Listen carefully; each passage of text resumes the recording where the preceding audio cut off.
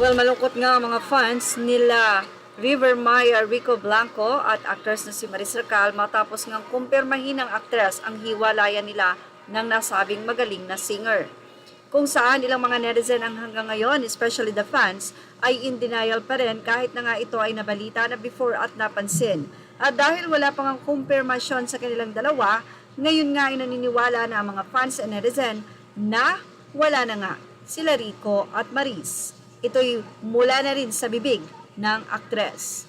Namin ni Maris Racal na natatakot siyang aminin at pag nagsalita na nga at sinabi niya na ano yung magiging impact nito, especially sa mga fans nila ni Rico. Say nga ni Maris Racal, yes, konfirmado na hiwalay na nga sila, pero wala raw third party. Yan ang nilinaw ni Maris. Actually, habang nagsasalita siya, ay sobrang lungkot at tila mangyak-ngyak nga na kinukumpirma ang hiwalayan nila ni Rico Blanco. Si Maris Racal ay sobrang ang sikat na sikat ngayon dahil na rin sa tambalan nila ng kanyang kung saan ay naka-love team na si Anthony Jennings at ito ay pumatok sa nasabi nga pong viral nga ngayon sa social media ang pag-amin nitong si Maris Racal na hiwalay na sila ng kanyang 5 years boyfriend na si Rico Blanco. Ayon kay Maris Racal, ilang weeks pa lang bago ang nasabi nga pong split nila ni Rico Blanco. Hindi naman malinaw kung ano ang naging rason pero ilang mga netizen ang nagsabi na pareho kasing busy ang dalawa sa concert itong si Rico at sa mga ganap naman sa kanyang career itong si Maris Racal. Paman tila hindi naniniwala ang pambansang marites na si Christian Albert Gaza or Zian Gaza dahil sa kanyang naging Facebook post, sinabi niyang may third party daw kay Racal at Blanco, confirmed 99.9%. Tila hindi naman nagtaka ang mga netizen dahil mukhang ay tinuturong third party sa hiwalayan ay walang iba kundi si Anthony Jennings.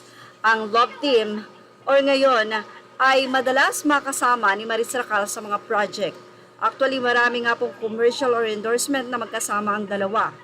Kaya naman hindi maiwasan na pag-isipan talaga ng mga netizen, especially the fans of Maris and Rico, na naghiwalay ang dalawa dahil may change of heart or fell out of love itong si Maris Racal kay Rico. Meron nga daw bang aamin? Siyempre sasabihin na walang third party. Kaya naman ilang mga netizen ang sinasabi na well, oras lang ang makakapagsabi kung kailan nga daw aamin sila Maris at Jennings. At kay Rico Blanco, sana nga daw ay magsalita ito ng rason.